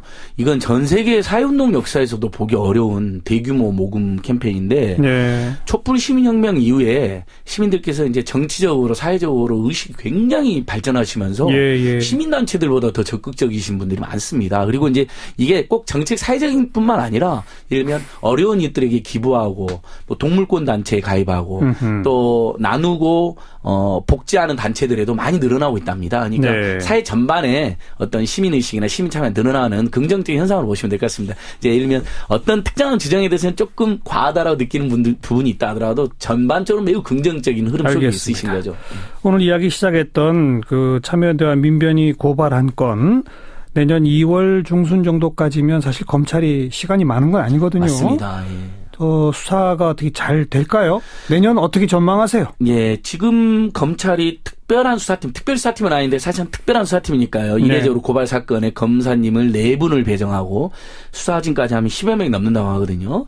근데 이제 사실 옛날에 정호영 특검이 또 조사해놓은 게 있지 않습니까? 그렇죠. 그리고 각종 진술이나 정황이 많이 나왔습니다. 그러니까 관련자들 진술도 나와 있고 그러니까 사실관계를 특정하는 데는 큰 어려움이 저는 없을 거라 생각하고 중요한 건 의지와 스피드인데 10명도 모자라면 조금 더 투입해서라도 빨리 80억이 어떻게 횡령이 돼가지고 120억으로 돌아왔고 그 돈의 실제 주인이 누구냐 이것만 밝혀내면 되는 겁니다. 그러면 사실 대통령을 지냈던 문으로 의혹되고 이게 이제 추정되고 있는데 그 행위만 확인이 돼도 대통령이 될 자격이 없는 도덕적으로 빵점인 사람이 대통령이 됐다라는 이제 그런 역사적 교훈이 남고 그래서 다시는 그런 일이 없어야 된다라는 우리 사회의 교훈이 남게 되는 것이죠. 다스 비자금권 관련된 고발 사건, 또 BBK 피해자들의 고발 사건 이렇게 두 건이 지금 현재 있고 그리고 별도로 플랜 다스의 개라는 움직임. 그렇게 해서 이제 다스의 주식을 가지고 3% 정도의 주식을 가지고 다스의 실제 주인이 누군지를 규명하겠다는 건데 저희는 하나 더 묻고 있습니다. 사실은 도곡동 땅을 판매한 대금이 다스로 갔고 다스에서 또 BBK로 190억을 투자한 거잖아요. 이 전 과정을 보면 다스는 누구 겁니까 해서 질문이 하나 더 나가야 돼요. 도곡동 땅하고 BBK는 누구 거냐고 나가야 되고요. 그건 또 누구 거냐라고. 그다음에 내곡동 사저 사기 사건 있지 않았습니까? 이명박 전 대통령 일가 퇴임해서 하려고 했던데 그 6억을 12억을 이시영 씨 아드님이 됐는데 6억을 큰아버지는 이상은 씨가 됐다고 진술했거든요. 그러면 그거 역시 이상은 씨 돈이었겠느냐라는 의혹이 있는 겁니다. 내곡동 땅 구입 비용. 그리고 그래서 이시영 씨는 지금 다스의 전무가 되어 있거든요. 해외 법인장이 되어 있고 이게 과연 누굴 걸까요? 누구 거냐고 물어야 할 것들이 점점 많아지는군요.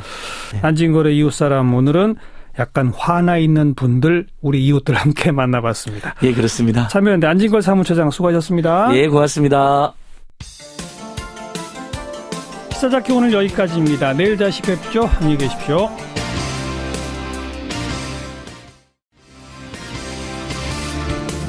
여러분 안녕하십니까? 정관용입니다. 한일 위안부 합의 검토 결과 보고서가 오늘 발표됐습니다. 우리 정부가 이 소녀상 이전과 관련해서 위안부 관련 단체들을 설득하는 노력을 한다. 해외 소녀상 건립은 지원하지 않는다. 이렇게 약속하는 등의 사실상 이면 합의가 있었다는 사실 매우 충격적이죠. 잠시 후 정신대 문제대책협의회 윤미향 대표의 입장 들어보겠고요. 꽉 막혀있는 개헌 문제 어제 더불어민주당 초선 의원들 성명 발표한 것 입장 들었는데 오늘은 자유한국당의 입장 성일종 의원 연결해서 들어보겠습니다. 7시 5분 시작되는 2부에서는요. 국제환경단체 그린피스의 활동가들을 초대했습니다. 지난주에 삼성전자 사옥 앞에 북극곰 옷을 입고 한 30여 명이 시위를 벌였다는데 왜 삼성전자 사옥 앞에 갔는지, 왜 북극곰 옷을 입었는지 손민우, 이인성 두 캠페이너를 초대했고요. 안진걸의 이웃사람에서는 다스의 주인을 찾아 나선 시민들 만나보겠습니다. 잠깐 광고 듣고 출발하죠. 외교부 장관 직속 한일 일본군 위안부 피해자 문제 합의 검토 태스크포스 팀이 오늘 그 결과를 보고했습니다. 피해자 의견을 충분히 수렴하지 않았다. 정부 입장 위주로 매듭지은 합의였다. 또 소녀상 이전 문제 등에 대해 일본 측 요구 일부를 수용하는 사실상 비공개 이면 합의가 있었다. 이런 내용들이 핵심인데요. 자, 정신대 문제대책협의회 윤미향 상임대표 연결합니다. 대표님 나와 계시죠? 네, 안녕하세요. 오늘 결과 발표 쭉 보시고 전체적인 느낌이 어떠셨어요?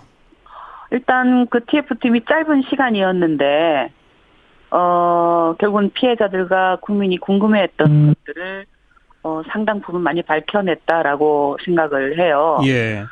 무엇보다도 그동안 이제 추측으로 분명히 무언가 있을 것이다라고 예. 생각했던 이면 합의, 예. 그러니까 비공개 문서가 있었다라는 것도 밝혀냈고, 예. 피해자 중심의 합의가 아닌 정말 정부, 그것도 일본 정부의 입장을 중심으로 해서 합의가 체결되었다라는 것, 네. 그런 여러 가지 중요한 사실이 밝혀졌다라고 생각을 합니다. 네, 네. 그 이면 합의 비공개 그 서류에 정대협도 딱 등장을 하더라고요. 그렇네요. 네. 정대협을 우리 정부가 설득한다. 소녀상 이전하도록 설득하는 노력을 한다. 이런 게 써 있는 거죠. 사실은 그 결과 발표의 정대협 내용이 비공개 이면 합의에 들어가 있는 것을 보고 왈칵 눈물이 좀 났어요. 지난 2년이 그냥 휘리릭 지나가면서 예. 그 지난 2년 동안 어쨌든 박근혜 정부에게 굉장히 우리가 곤혹을 치렀기 때문에 예. 네, 정대협에 대한 어떤 그런 인신 공격이라든가 또 정대협에서 일하는 저를 포함해서 활동가들에 대한 공격이라든가 예. 이런 것이 전면적으로 있었고 예. 무엇보다도 이 이면 합의에 보면 해외에 기린비 세우는 거 예. 이런 것도 한국 정부가 지원을 하지 않겠다는 약속을 일본에게 하잖아요. 예. 그러니까 이런 부분이 저희가 2년 동안 그 미국을 가고 또 호주를 가고 유럽을 가고 유엔을 갈 때 그런 게 여러 가지가 이렇게 잡혔거든요. 네. 그 해외에 있는 한인 단체들에게 외교부가 공문을 보내서 해외 소녀상이나 평화비를 세우는 일에 절대 관여하지 말라라고 했다라는 그런 제보가 온다든가 예. 또 해외에 있는 한인 조금 보수적인 단체에서 유인물을 기자들에게 배포를 했는데 거기에 정대협을 음해하는 그런 내용들이 있다라든가 네. 이런 것이 계속 저희들에게 제보가 들어왔는데 예. 이게 합의에 따라서 한국 정부가 그렇게 국민을 보호하는 것이 아니라 오히려 국민의 어떤 인권과 이런 생명을 위협하는 일이잖아요. 예. 그런 일에 정부가 앞장서서 해왔구나 하는 것이 2015 한일 합의로부터 출발했구나. 네. 이게 오늘 다 밝혀졌네요. 일본 측 요구를 받아서 소녀상 이전하도록 정대협 등을 설득하도록 노력한다라고 써 있는데 사실상은 설득이 아니라 압박을 한 거군요.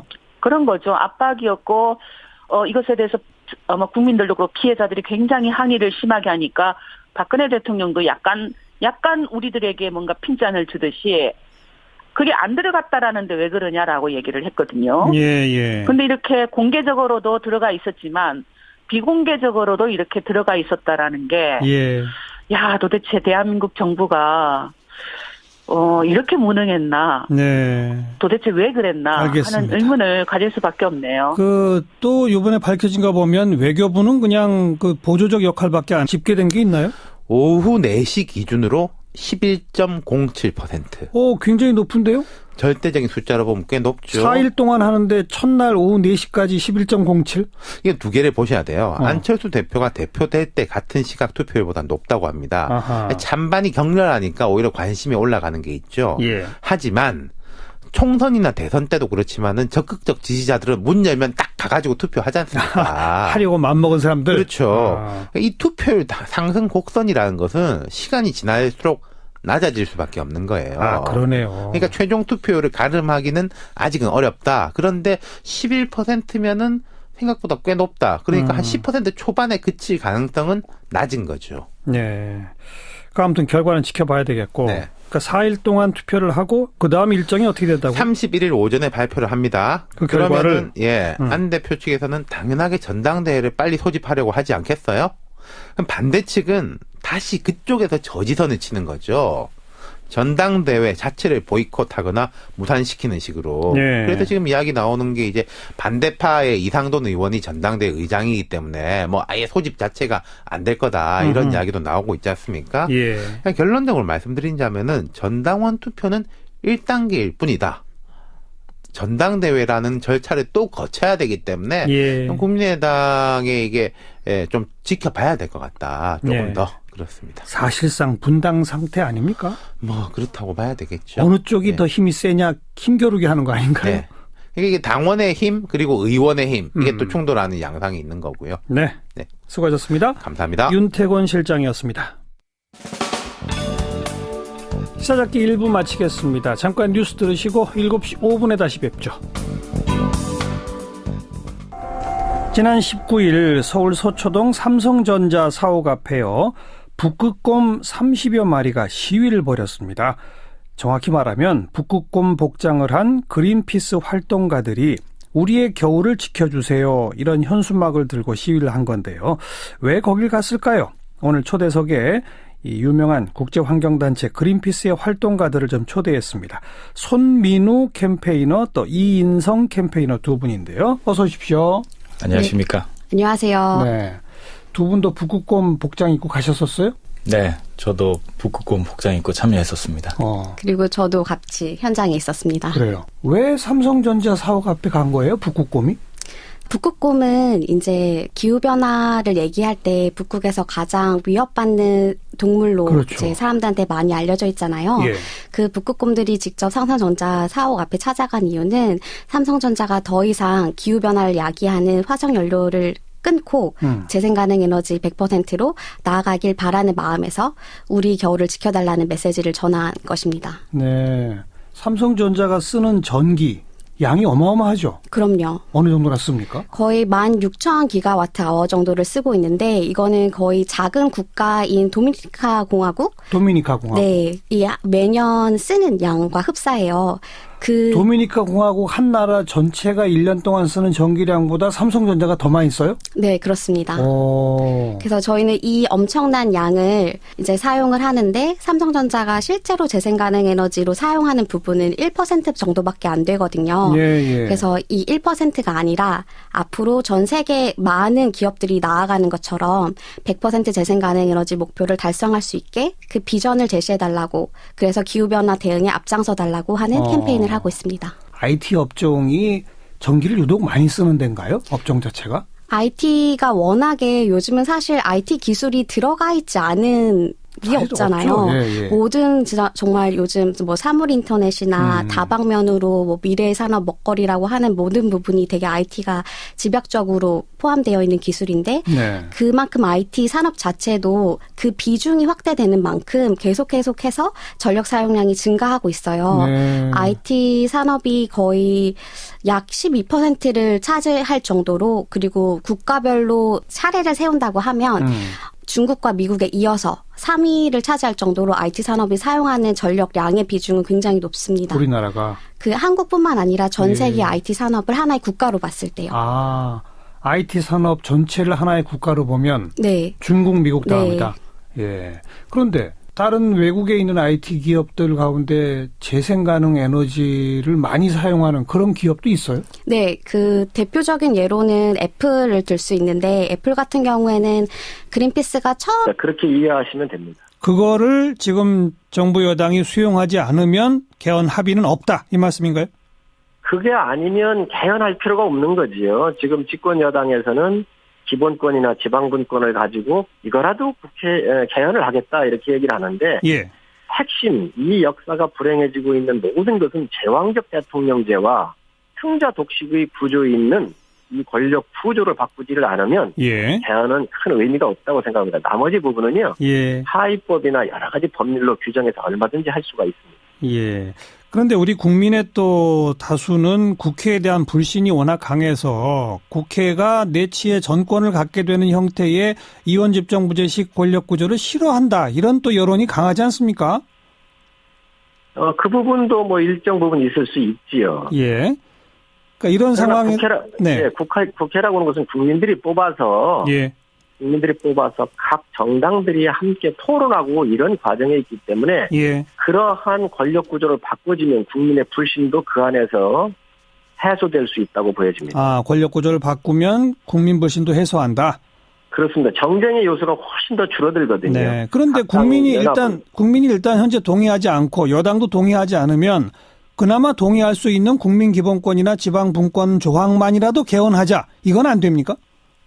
그거는 처음부터 개헌에 대해서 18대, 19대도 계속 이 문제가 나왔지만 가장 중요한 문제는 대한민국의 갈등 구조, 정당 간의 갈등 구조, 계층 간의 갈등 구조가 어디서 오느냐? 권력 구조에서 오는 거예요. 예. 이거 없이 나머지 개헌한다는 것은 실익이 없는 겁니다. 예, 예. 나머지 부분들은요, 지금 아까도 말씀드렸지만 기존의 법이나 여러 가지 체계로서 얼마든지 보강이 가능한 겁니다.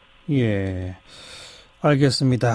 개헌 투기하고 정계 투기를 통합해서 단일 투기의 소수 정예 의원으로 구성해서 한번 더 속도감 있게 해보자라는 국민의당의 제안에 대해서는 어떻게 생각하세요? 아주 좋은 제안이라고 생각을 하고요. 예. 이 개헌 투기를 더 연장해서 바로 그러한 부분들을 함께 논의해야 되는 겁니다. 이거는. 네. 여기까지 듣겠습니다. 고맙습니다. 네, 감사합니다. 결국 핵심은 내치 외치 분리 이원집정부제라는 권력 구조에 합의할 수 없으면 개헌은 없다. 이런 말씀으로 들리네요. 자유한국당 성일종 의원이었습니다. 윤태권 실장 어서 오십시오.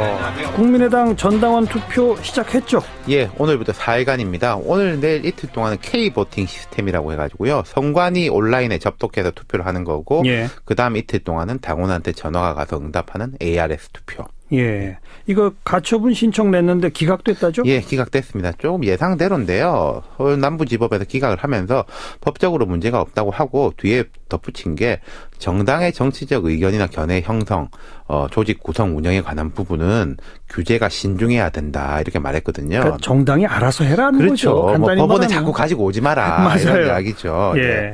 물론 이것은 뭐 투표 내용에 대한 거하고 별개입니다. 형식적인 것이고요. 예. 네. 그러니까 법률상은 문제는 없다. 네.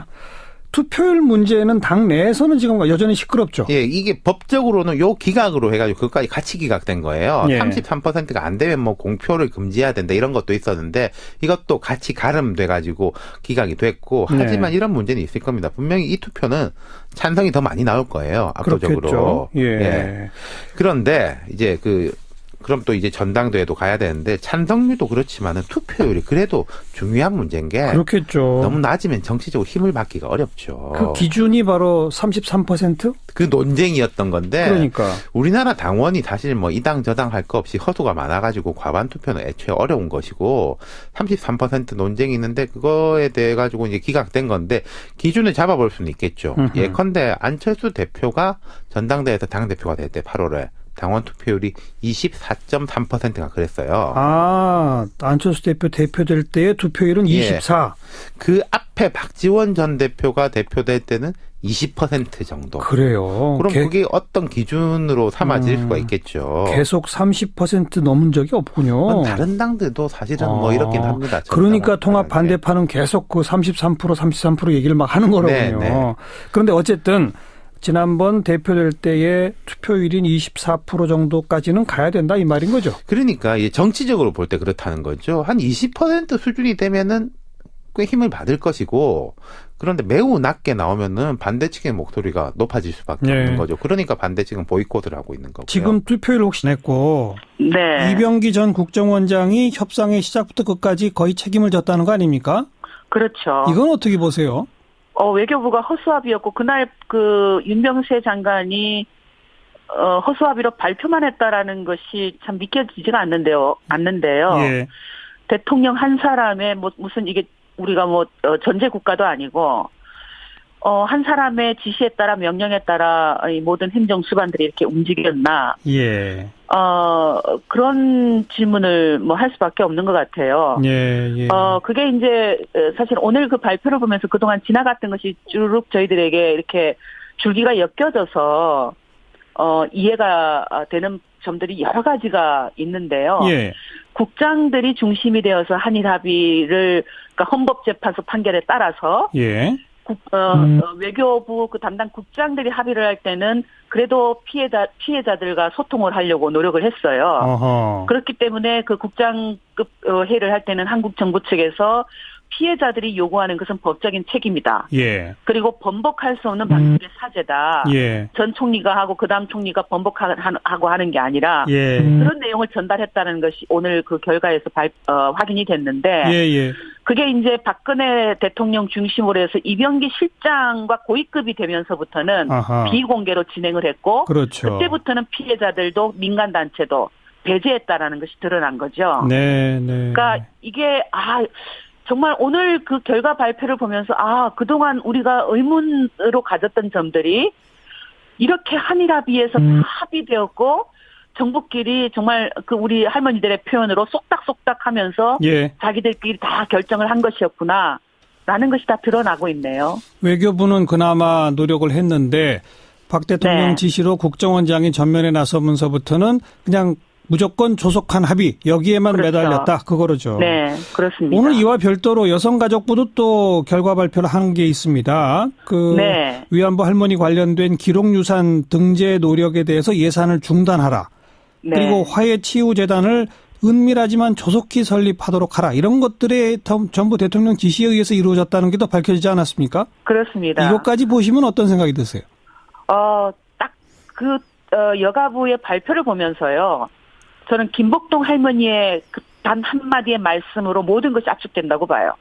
박근혜 대통령은 우리의 역사를 돈으로 팔아먹었다. 네. 그리고 끝내려고 했다. 예. 하는 딱 이 한마디가 그걸 다 설명해 주는 것 같아요. 네. 그러니까 설사 지금 독일이나 다른 그 과거 역사를 제대로 기억하고 그것을 교육하고 하는 그런 사회들을 보면 제대로 사과했다라고 해서 그 문제를 없애거나 지우지 않잖아요. 예. 그런데 이 정부는 박근혜 정부는 그 한일 합의도 그렇게 굴욕적이고 피해자를 배제하고 피해자의 요구도 국제 인권의 기준도 담지 않은 그 합의를 통해서 그러니까 10억엔이라는 그 10억엔이라는 돈을 통해서 역사를 지우려고 했다라는 것. 예. 종결 지우려고 했다라는 것. 알겠습니다.